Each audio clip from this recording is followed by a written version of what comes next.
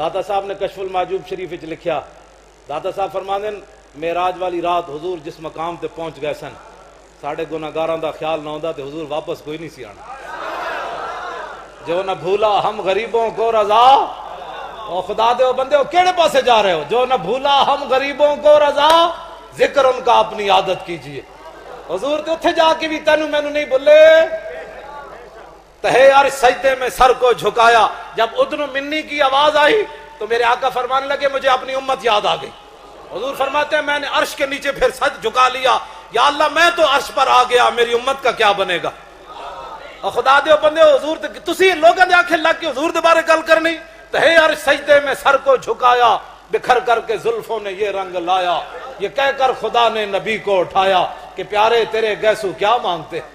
ये सुनकर कहा मुस्तफा ने इलाही, कहती है मेरे गैसुओं की स्याही, कि स्याह बख्त उम्मत की कर दे रिहाई, बस मेरे गैसू यही मांगते।